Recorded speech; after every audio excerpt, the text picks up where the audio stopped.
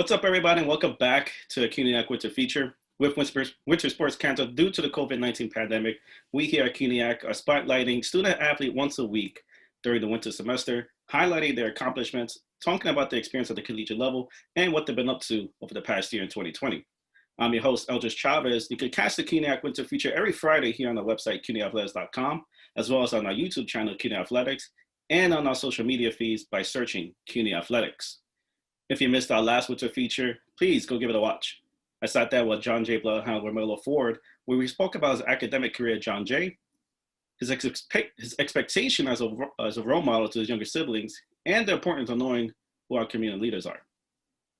Finally, a big thank you to our sponsor for today's winter feature, HSS, Hospital for Special Surgery, the official hospital for the CUNY Athletics. Now, sitting with me today is a senior for Brooklyn College. He's the starting guard for the Bulldogs. He led Brooklyn in rebounds last season and tied for team lead in points per game. He was part of the all-tournament team in 2019 and garnered CUNYAC Player of the Week honors. From Valley Stream, New York, please welcome the 2019 CUNYAC champion, the Brooklyn Bulldog, Noah Shai. Noah, what's up, buddy? How you doing today? I'm doing all right. Pretty good. How you doing yourself? Doing good. Just doing my best, trying to, get the right foot in 2021 started instead of looking back in 2020. Right. You're trying to get that behind us and keep moving forward. Exactly. And, this past week has been pretty hectic with what's going on in the Capitol building. But that's neither here or there. I think we should focus on what we are here today, and that's talking about you. Just right off the back, really simple question. Why did you choose to study at Brooklyn College? So I chose to study at Brooklyn College because they were one of the schools that recruited me. So I was playing basketball in high school, Valley Stream North, and I had them. I had New Paltz. I had Mount St. Mary's, SUNY Delhi, a list of other schools. But Brooklyn was like, the visit felt natural. Like Coach Jeff really felt like he wanted to build something. Yeah. I know my freshman year, he expected a lot out of me, but it still felt like it was natural. And he was really genuine with the whole meeting on campus, coming to the games, giving me calls. Like it felt real natural. Okay. Was there anything like a specific moment that, I guess I should just rephrase it. Like, when exactly did you know, like, all right, I'm coming here? This is like the funniest thing ever. We're on the tour and we're walking around. We go to the junction, all those delis, stuff like that. So we're walking around. I wanted to see the gym. Like the West Quad looks amazing. Yeah. That side looks amazing. And we were walking in the gym, and the gym was real nice. And then I see a shooting machine. So like me in high school, never had a shooting machine. Don't really have it on the rebound when I was in high school. So then I saw the shooting machine. I was like, oh yeah, I definitely got to go here so I could get out before class, after practice. So that's what really got me there, honestly. All right, that's awesome. That's good to know. I personally never been to your campus. It's something that I would like to visit eventually. And then, yeah, I heard nothing but great things, especially what you just mentioned. So you're a senior now, first semester senior, but what's something you're going to take away with you when your chapter as a Bulldog closes? Honestly, it's just like all my years here have been not easy. Like they've been challenges, they've been tough. But the one thing I'll take away is just getting through when life gets down and you're at your bottom, you're at your lowest. You always gotta just fight and just try to get up and just try to get past what you're having challenges with. Like being a student athlete is no joke. Like at any level, D1, D2, D3, doesn't matter. JUCO, some situations are bad, some are good, but being a student athlete is where it's at. Don't get me wrong, being a student in general in college is hard. But when you add an athlete, it's like having two jobs. Being a student, students usually have two jobs, so they're doing that already. But student athlete, you gotta work out, gotta worry about books, tests, you gotta plan ahead. So I'm gonna take back, just always work hard, never take anything off. Yeah. No, 100%. A lot of student athletes echo exactly what you said. It's literally a full-time job because, practices, depending on what sport you play, but I'm sure it's like this all across the board. Like, your day starts at 6 a.m., that's the time you probably wake up, maybe even earlier, to get to school by like maybe 7, practice from like, I don't know, 7:30 to 9:30, and then class, and then you're there all day. And then, you hit the gym, and then you get back home, like let's say 9 p.m., 10 p.m., you're exhausted. Yeah. So, I mean, I definitely feel you on that one. And definitely we all have our challenges. We all have our obstacles. And that, like you said, that goes around for every student and student athlete. But, like you said, hard work, and that's something good to take away. That's something that's always going to stay with you. So I'm glad you have that to take with you. So speaking about hard work, you're majoring in exercise science. Yeah. So what exactly you want to do in that field? So with the exercise science, like I used to have a trainer out here where I live, Long Island, basketball biomechanics. That's what I used to work out with, and he was like a trainer, so he would be telling me to do things that was in like a different language to me, but now like he'd say do like dorsiflexion. I'm like, what is that? Like, Yeah. I don't know what that means. What is that? It's like it's like those, he was saying all different types of stuff. I'm just like, at first I didn't know what it was. Yeah. And like as I like started working on it more and more, I just like, I get used to it, but I still didn't know what it meant. But I know what to do because we just always do it. So then when it came to knowing what I want to do, I didn't know what I wanted to do when I was applying for colleges and stuff like that. So then I'm like, what should I do? And I just remember back because I've been working out with him since 10th grade to my senior year. And then I was just like, oh, well, let me get into this because this was interesting. Yeah. I want to help people get better in shape. If they do rehab, get them to rehab. We have our trainer at Brooklyn College, Jason Fisher, and he knows all about that stuff. I ask him questions all the time. I ask him this, I ask him that. So it's just interesting to be around like wellness, fitness. Like I'm a basketball player, so it already feels natural. So let's transition a little bit here. Let's go back into the CUNYAC part of this conversation. Since a freshman, they said you got recruited, Brooklyn recruited you. You and the Bulldogs kept improving year after year, making it to the CUNYAC playoffs your freshman year, and working your way up from your sophomore year into this past year. Actually winning the championship, which we'll get into in a minute. Can you talk about the brotherhood you and your teammates developed during your time at Brooklyn? Yeah, I'll tell you this. I'll go through the years. Like freshman year, it was a tough year for us. Obviously, I think we won 4 games that year, 5 games that year, like 5-17. And like I'm just a freshman, so like I'm like mad because like I want to do this. I want to like yeah, the team win. And like I'm coming off the bench, like I'm putting in minutes, trying to do my best when I get in the game. So it's like as a freshman, I'm just like a little frustrated, like I'm not doing much. But and it's hard because that team I had my freshman year, it's not the same team I won a championship with. Yeah, exactly. Everybody, like some people dropped off, some people just like stopped. Some people graduated, so it's just like a lot of stuff happened my freshman year that's like a little different from my sophomore and junior year. Sophomore year, I think we have, like 5-6 returners. So that means we have like a whole new staff. Yeah, half the team is new. Yeah, we have a whole new team. So I'm like, yeah, this is gonna be a little different. Like it's gonna see like what the returners are made of and what the new people coming in are made of. So my sophomore year, I met a lot of new people. I think we had Jordan Wright, Anthony McLean, Joshua Bennett. We had Jade Spencer. He was on the team last year. We had a couple more guys. Like I didn't know them, so they were just new and stuff like that. I actually showed a couple of them on their meet, so I got to get to know them and stuff like that. Oh, that's cool. Yeah. But like as the season went on, like in the off season, we're playing pickup, doing all that. Like we're just growing closer. We're hanging out more. We're going closer.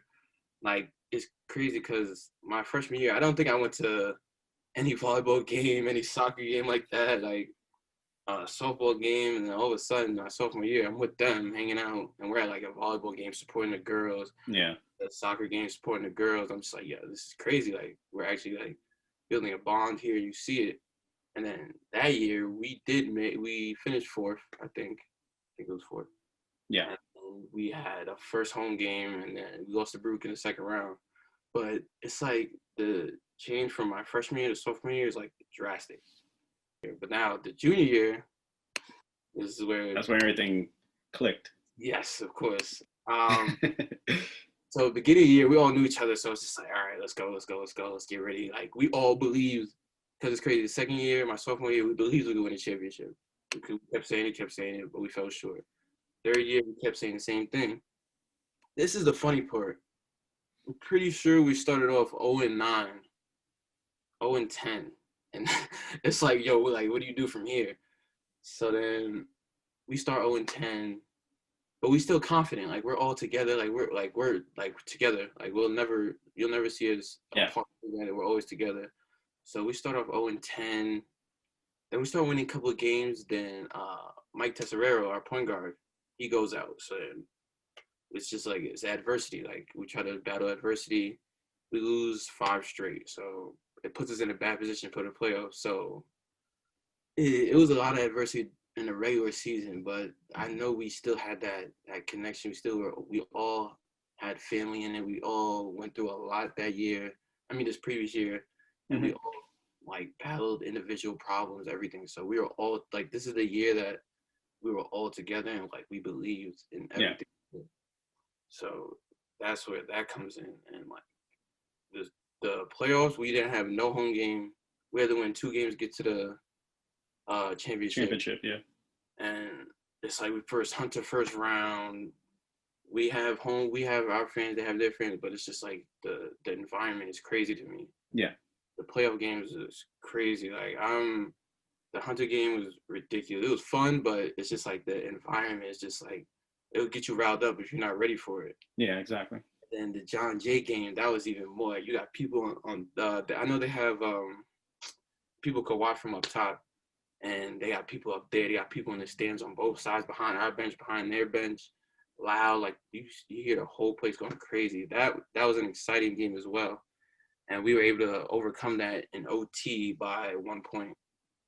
So that was the real maker. Like we felt like after that game, we won the championship because that was the hardest game we were gonna play. Yeah, and for those who didn't know, and I don't mean to cut you off, John Jay, they were the number 1 seed. They had the best record in the conference. I think they were overall 21-9, and I think maybe like 13-1 in conference play. So yeah, I mean, no doubt about it. And then it's funny because we were I didn't mention this before, but we were projected to be number 1 seed, but we dropped 5 because we lost like 5, 6 straight. We dropped to 5. So then beginning of the year, we said this doesn't mean anything. Like it's projection. It's coaches think who's gonna be up top and stuff like that. It's just predictions. So we didn't think anything of it. We thought we could like battle. Like we could. It didn't matter where we be. We're still just gonna battle regardless. So we didn't let that dictate our season. So we dropped 5. We beat John Jay, the number 1 seed, and it was Baruch we played next. We didn't take any game lightly. Like Hunter, great team, great coach. John Jay, great team, great coach. Baruch, great team, great coach. Like every team, all teams in CUNY are tough teams, so you can't take them easily. Exactly. So Baruch, the environment of that game was crazy. Like, so I'm getting ready for the game. It's just like all these emotions and like just it's like you step out on the floor. It's like you gotta like just lock in mentally because that really just shows who like folds under pressure. And like that environment is just ridiculous. I loved it. We won the championship. It was an amazing experience. This year was really amazing. Yeah, this was my first time, working during the CUNYAC championship, and the atmosphere was, like you said, it was ridiculous. There was people behind me yelling, people across from me yelling, sellout. I believe we were at York College. Yes. Sounds right. Yeah. So I mean, the gymnasium is pretty big on its own, and to have like that sellout crowd and just feel the atmosphere, feel just the back and forth, and you had a lot of Brooklyn fans behind me. I'll tell you that much. I think your veterans was across from us, but for sure there was tons of Brooklyn fans behind me, and that was a great experience for me to watch, and that game was just Yeah, it was a great game, and to kind of put some perspective on this, I'm looking at your website school schedule. You played Baruch on February 12th, you played John Jay February 15th, and you lost both of those games. Yeah. So, and in such a short turnaround, to come back in a pressure game like the playoffs, and to beat the number 1 seed and the number 2 seed, just speaks highly of that the team that you guys have, and that bond that you guys created, and just like the I guess the brotherhood that you guys developed from last year, from the previous year, carrying over to this year. Yeah, we couldn't let those 2 games, especially losing to them. I feel like it's just like a college or like the NBA, like Yeah, March Madness. It doesn't matter. They'll see a team they've seen before. It doesn't matter. It's like yeah. a hopeless ball game when it comes to the tournament, because it's one loss and you're done. So I know you touched on this just minutes ago about the championship. We spoke about that atmosphere. You know, when did you know? Like, I mean, that was a close game. I think you guys won maybe by like 2 points, maybe 4 points. Let me just double check that one. Oh no, you guys won by 7. Championship game? Yeah, the championship game. Yeah, I remember. Yeah. So, when did you know that? All right, this one's ours. Like, when did it hit you? I'll say this when I think it's we're up by, I want to say like 2, right? And they're coming on the court. Like, shout out like Baruch, tough team. All teams in CUNYAC, praise them. All tough teams. Baruch is just strategic, and they definitely know like what they're doing. Doesn't matter freshman to senior, they all know what they're doing. Yeah. So I think we're up to, they come down the court, and then they run their play, run their motion, shot goes up, and then it's like it missed. So we're just trying to grab the rebound. I remember when I grabbed it and I got fouled as I grabbed it. So I got to shoot 2 free throws. So this is like, this is like what the part I'm talking about. The nerves, yeah. Yeah, like you just got to shake it off. Like, oh, shake it off. So it's a 1-and-1. So if I miss, it's like they come back down. Exactly. So it's like a minute left too. So like it's like a couple seconds left or a minute left. So I grab the rebound, I throw it down court. I'm walking slowly, like taking my time. Like in that situation, you just gotta have like a clear head and everything like that. So I make the first one. It's just like, all right, so we're up 3, like 50 seconds left to a minute. And I make the second one, so we're up 4. So it's just like, we just like gotta get one stop. Like one stop, yeah. That one stop is over. So I remember they ran their play, they ran out the clock, they missed again, and I think Ori grabbed it. Somebody grabbed it, and then he hit 2 free throws, and I'm just like, yeah. So they came down, they missed, we went free throw line again. It's like 10 seconds, just like you feel all this emotion, like you really won, like you really won a championship. And Brooklyn hasn't won I think the men's basketball team hasn't won a championship since 2016, I believe. Yeah, that's right. 16. So it's just like, like all this emotion, everyone, like everything you've been through, like I said, this year has been like the toughest year for our team, individual wise and like as a group. So when you feel that emotion, it's just like I felt like it was like, this can't be happening. Like it's a dream. It's like a dream for people. Like it felt like I couldn't even like believe it. And it's just amazing. I just can't wait till we get our rings. I'm just waiting on those. Oh, you haven't gotten them yet? Nah, we haven't. But I know it's like hard with all this COVID. They got a finger. But I'm waiting on those. I need that for me. That's awesome, man. I'm glad to hear it. And yeah, hopefully soon, when this is all behind us, vaccines already here. I'm saying it's around the corner, but vaccine is here. So hopefully in the next few months, we could get back to some sort of normalcy. Yeah. So you talk a lot about adversity. And I know your head coach, Jeffrey Jean Baptiste. I mean, I might be pronouncing that wrong. He preaches adversity to the team all the time. So talk about your relationship with Coach, and how has he prepared you for adversity? Coach is, it's like me and him just talk like regularly. Like, bring it back to my freshman year. Like he believed in me when I didn't even. Yeah. It's like he really believes in me when I don't have like the to get by any sport, any profession, anything like that. You gotta have confidence in yourself. So he had that confidence. But my freshman year, it was just like, it was there, but it wasn't there because I got all these older guys, and I'm like a freshman. And it's funny because I'm still 17. I didn't turn 18 yet until I was still 17. I have a late birthday, so I'm like, yeah, like I had it some days and didn't have it. Hmm. Me and him, we always talk like if I have a, it wasn't my freshman year as much, but we still talk. Like we still keep in contact my freshman year. My sophomore year, he would tell me like he expected way more out of me. Like, Okay. I feel like I disappointed my sophomore year. I could have done way better.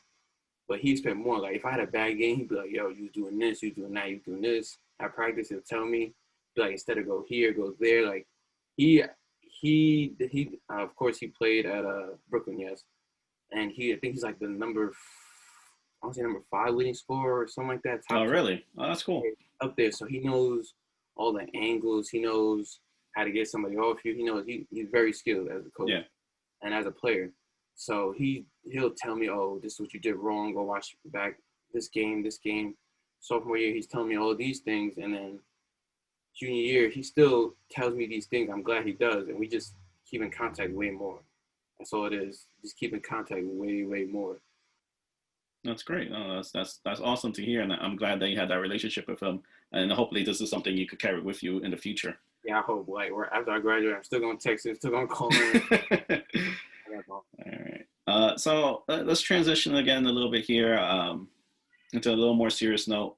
We did touch on it with the vaccination. 2020, never seen a year like it in our lifetime. Um, how has this past year been like for you? And is there something that you learned about yourself that you didn't know existed before? Um, it's like you never know what could happen. Like no one knew this would happen. Yeah. I remember we just lost in the March Madness. We played the number 1 team in the Yeah. bracket, I think, and we lost. And we're on our way back. I think it was like 2 weeks to a week after it was like, oh, school's closed. This whole thing's becoming an Mhm. issue. And I think the shutdown was like a month or after or something like that.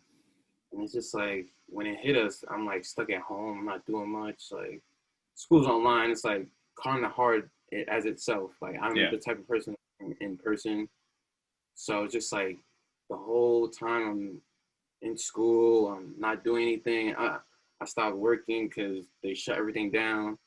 So it's like you learn that you have to have mental health on like an all-time high because that's what really gets you through life. And Yeah. especially 2020, a lot of people are just like their mental, like, because they have to stay in the home, they have to stay at home. They can't do anything. It's just like your mental has to be like up there. Like it's always great to have um, mental health because that a lot of people go through like mental issues, but they won't express it. But it's important to go through mental health. Like that was a thing for me. Like I'm stuck inside. I don't do like mental. Like I tried to mentally tune in. Like I tried to read books. Like I tried to calm myself down. Like so anything like I won't think of anything and just be positive vibes all the time. And when it comes to this, it's just another thing. Like just coming up with different ways to better yourself, to do better. Like every day to get better. That's all I think of it. Because Yeah. 2020 is like it's ridiculous to what had happened. Nobody saw it coming. It's just, and then I'm just grateful to have family I have, like my friends, because I still saw my friends, of course. 2020, like during the summer, it wasn't like it got a little bit, things opened up. So I saw my Yeah. friends, teammates, like I said. So it's just being grateful for what you have and like just your mental health is important after going through 2020. Yeah. 100%. I definitely agree with the mental health. I'm glad you touched on it. Um, I'm not too sure if I'm going to leave this part in the interview, but my brother passed away from COVID in April, and I was a wreck. Like me and my family, we were all pretty beat up about it, and I definitely used the 800 services that they had at the time, especially at the peak of the pandemic, and just talking to someone definitely helped. I did that for um, about a month, maybe a month and a half.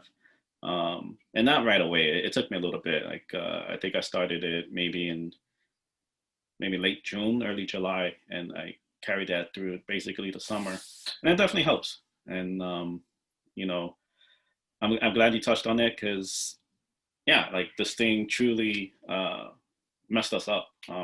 Yeah, Emotionally and physically. I mean, I yeah, know you and we joked around before we started interviewing, and I haven't like done any sort of exercises, and I know I should. Um, but I'm glad you touched on it, and definitely, mental health it's a big thing, especially after what we've been through. yeah. Especially, I know a lot of people that lost a couple parents, a couple siblings. Yeah, It's, it's like as a you call your family a unit. yeah, It's like everybody in your family, and then when you lose that one person, it's tough. You just gotta, especially during Corona, it's like you can't go out, you can't do anything to distract yourself. That's what people do. yeah, exactly. Instead of some people, I know some people distract themselves, but they don't embrace it. You have to embrace it first, so then you understand and you're grateful that that person was in your life, and then you get past it. Yeah, no, I agree 100%. Um, So let's kind of like cheer up the mood a little bit here. But again, thank you for especially touching on the mental health part. I think that's something that definitely gets overlooked, and I'm glad that you spoke about it. Uh, so you're a Brooklyn Nets fan. Yeah, Kyrie Irving's your favorite player. Durant is healthy this year. hopefully. What's your prediction for the Nets this season? Because they're off to a rough start. I think they're what 4-4, maybe 4-5 right now. They won yesterday. I say that. The see, look, this is my thing. I like people be asking what's your favorite team. I'd be like, look, I'm a basketball player. I just like watching the game. Like you Okay. learn things, stuff like that. My dad's a Knicks fan. Nets fan. The Knicks are doing all right too. Yeah, The, for sure. like everyone in my family is a Knicks fan because they live in New York, or a Nets fan because they live in New York. I'll say I'm a Nets fan because my mom's from Brooklyn. My dad worked in Brooklyn. He worked right across the street from the Barclays Center, actually. Oh, okay, that's cool. So, and I've been to Brooklyn Nets games. This is when they first like made the Barclays and stuff like. This is when they had like Kevin Garnett on the team. They had Joe Johnson, Darren Williams, Paul Pierce. Yeah. The Nets. I'll say I'm a Nets fan, but this year Kevin Durant just got tested COVID, so he's out 4 games. Oh, did he really? I didn't notice that. Yeah, Kyrie's out. I think he has some family issues. Like, I mean, they're gonna get it together. Once they do, it's just like it's gonna be tough for everyone else in the East. But I hope they can get past whoever the Lakers come out the West. I'll say that. Yeah, the Lakers for sure. come out the West again, and I hope they get past the Lakers because I want to see Kyrie with another ring. But we'll see what happens. Okay, that's good. So I know you majoring in exercise science, but as a basketball player, was there any thoughts of you playing professionally?